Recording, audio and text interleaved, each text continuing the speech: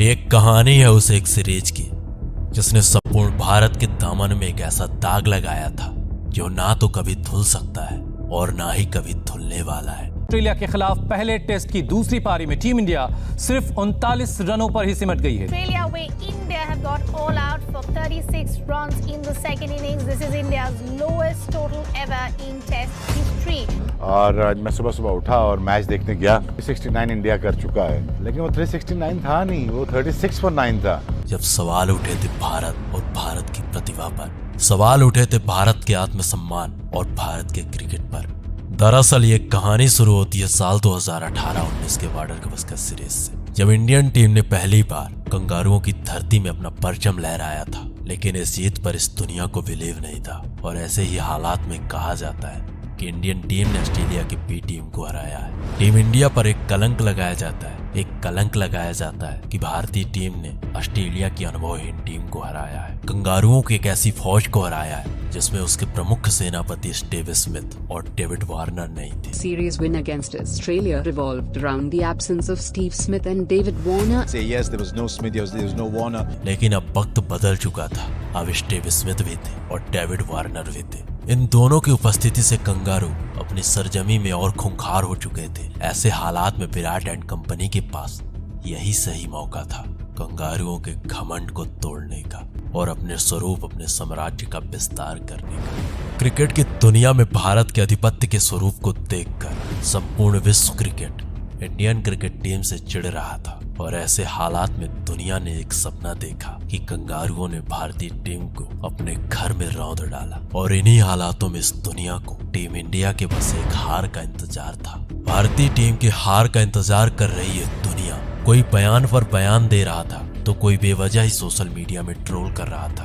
Cricket पंडितों के tweet पर ट्वीट आ रहे थे तो कई क्रिकेट के दिग्गज इंडियन टीम का भविष्य बता रहे थे। कोई कहता 4-0 से भारत की हार होगी तो कोई कहता कि ऑस्ट्रेलिया इस सीरीज पर एक तरफा कब्जा करेगी, भारत ऑस्ट्रेलिया के सामने घुटने टेक देगी। और उनके इस अखंड आत्मविश्वास की वजह था भारतीय शेरों का कंगारुओं की धरती में होना। एक ऐसी धरती में होना जहां कंगारुओं को हरा पाना लगभग नामुमकिन था। कुछ ऐसे ही हालातों में लिखी जाती है एक सीरीज की कहानी। नमस्कार, आप देख रहे हो तो डॉक्यूमेंट्री का महा एपिसोड कहानी बॉर्डर गवस्कर सीरीज के पहले मैच की। सीरीज प्रारंभ होने के प्रारंभ से ही तय था। कप्तान विराट कोहली सीरीज का पहला मैच खेलकर निजी कारणों के चलते भारत वापस आ जाएंगे कि विराट कोहली को पैटर्निटी लीव दी जाएगी, यानी विराट कोहली पहला टेस्ट जो एडिलेड में खेला जाना है उसके बाद वापस इंडिया आएंगे। यानी इंडियन टीम कप्तान विराट कोहली की कप्तानी में सिर्फ एक मैच खेलने वाली थी।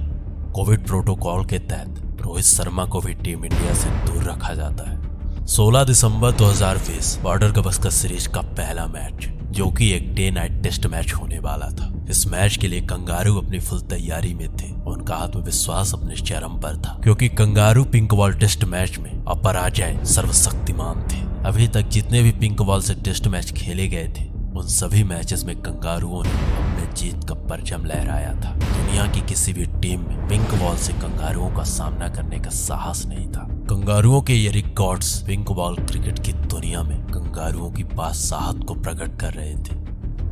मैच का पहला दिन कप्तान विराट कोहली ने टॉस जीतकर पहले बल्लेबाजी करने का डिसीजन लिया। रिपोर्ट के मुताबिक हिटमैन शर्मा टीम इंडिया से बाहर थे और उनकी जगह पर पृथ्वी शॉ को मौका दिया गया। वहीं कंगारू पूरी तरह फिट और तैयार थे, वो भी अपनी फुल स्ट्रेंथ के साथ। लेकिन इंडियन टीम अभी भी अपना विनिंग कॉम्बिनेशन खोज रही थी। मैच का पहला ओवर मिचेल स्टार्क की दूसरी गेंद और इंडियन टीम को पहला झटका। पृथ्वी शॉ बिना खाता खोले पवेलियन की ओर चल पड़ते। मयंक अग्रवाल ने भी कुछ खास कमाल नहीं किया और महज 30 रनों के स्कोर पर टीम इंडिया ने अपने दोनों ओपनर्स को खो दिया। विराट और पुजारा के बीच में 50 रनों की एक सम्मानजनक साझेदारी होती है और 100 के स्कोर पर पुजारा भी नॉर्थन लायन का शिकार बन जाते हैं। ऐसे हालात में टीम इंडिया के लिए एक अच्छी खबर थी और वो खबर थी कि टीम इंडिया के कप्तान और उप कप्तान अभी भी क्रीज पर मौजूद है।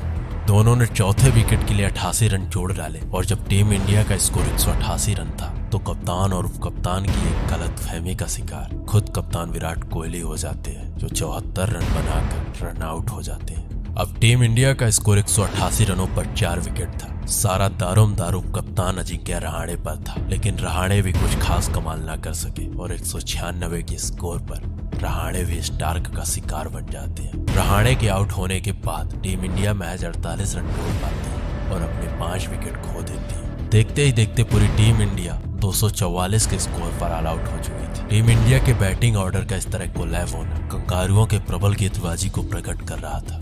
अब बारी थी कंगारू धरती में कंगारुओं की।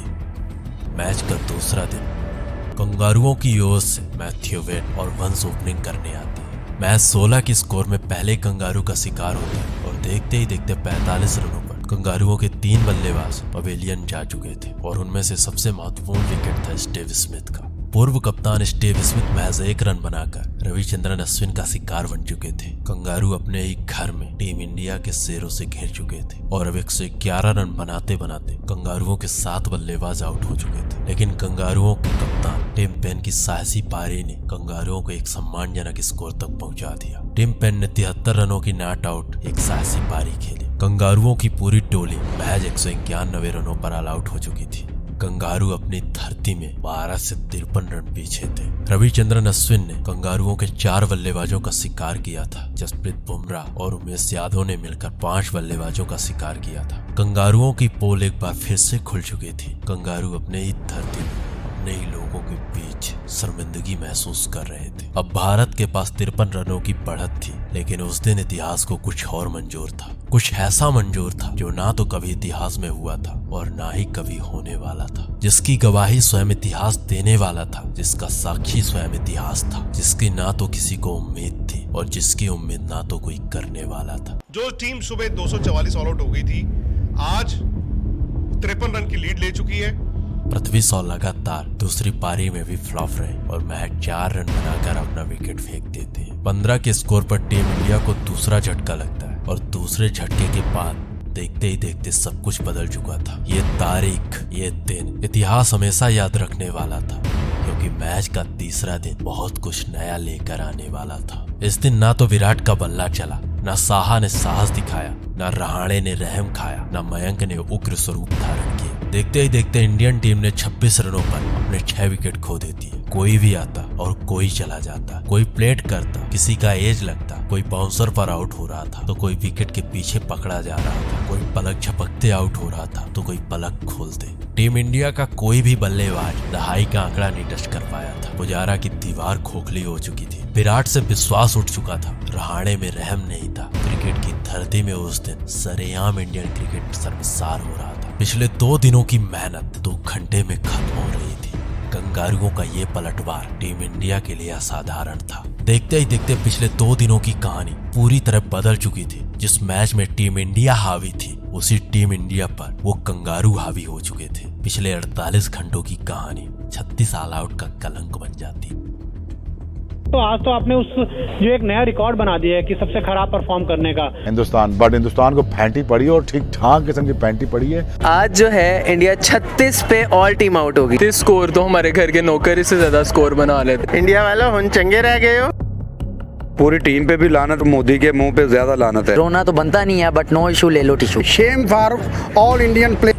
ऑस्ट्रेलिया को ऑस्ट्रेलिया में 89 रनों का लक्ष्य मिलता है, जिसे ऑस्ट्रेलिया महज 2 विकेट खोकर हासिल कर लेती है। लेकिन 36 ऑल आउट दुनिया के लिए एक मजाक बन चुका था। लाखों की संख्या में मीम बन रहे थे। दुनिया हर जगह से इंडियन टीम को ट्रोल कर रही थी। टीम इंडिया की इस परफॉर्मेंस पर सवाल उठ रहे थे। कुछ ऐसे ही हालात में लिखी जाती है टीम इंडिया के पलटवार की कहानी।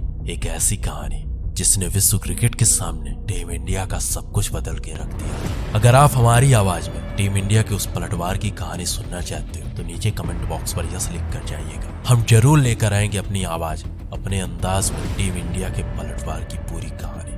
मिलते हैं किसी और दिन एक नए एपिसोड के साथ। तब तक सुनते रहिए द डॉक्यूमेंट्री, हमारी आवाज हमारे अंदाज में।